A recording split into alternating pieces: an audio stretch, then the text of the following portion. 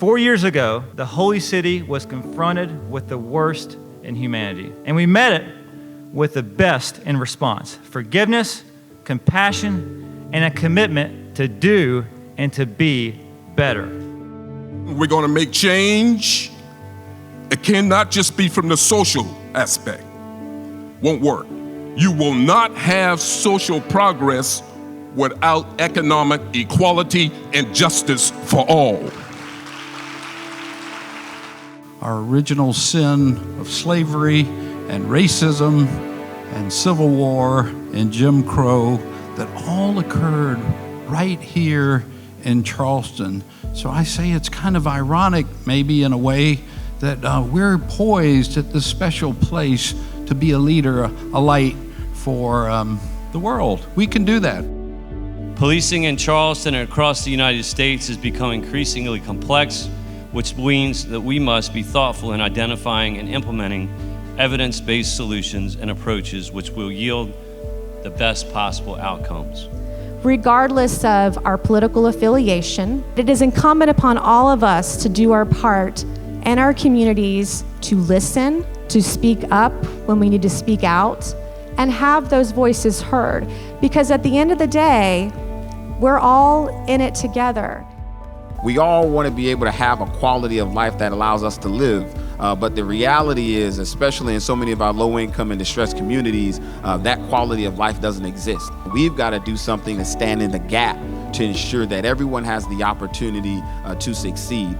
To borrow from Jason Sandoval, who is a DEA agent, we have recognized that we can't arrest our way out of these issues and problems, and we can't hug our way out either. Challenge the status quo. There are 23 sponsors on the hate crime bill right now in Columbia. Ladies and gentlemen, I'm the only Republican sponsor on that bill. What's wrong with that, okay?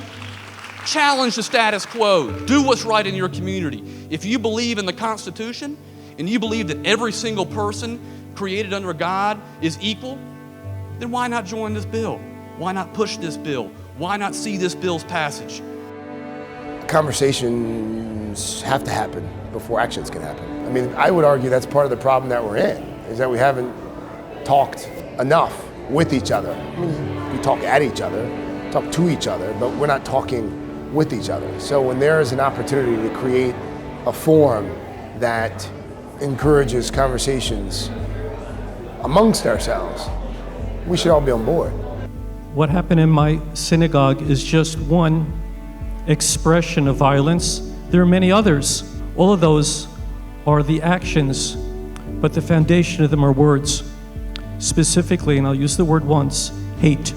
Now, why do I say use it once? It's a 4-letter word. Put it in the trash can in your brain, and then empty out that little trash can icon, and don't ever use it again. If we reduce the severity of our speech, we reduce the likelihood that we'll be more extreme in emotional response afterwards. When we can understand that life and death are in the power of the tongue, when we can understand that I'm going to choose this day to say that I love you, not just say it, but I'm going to show it. Even if you don't agree with me, I'm still going to show you love, because I believe and I understand that when we meet each other on that level, our communities will change.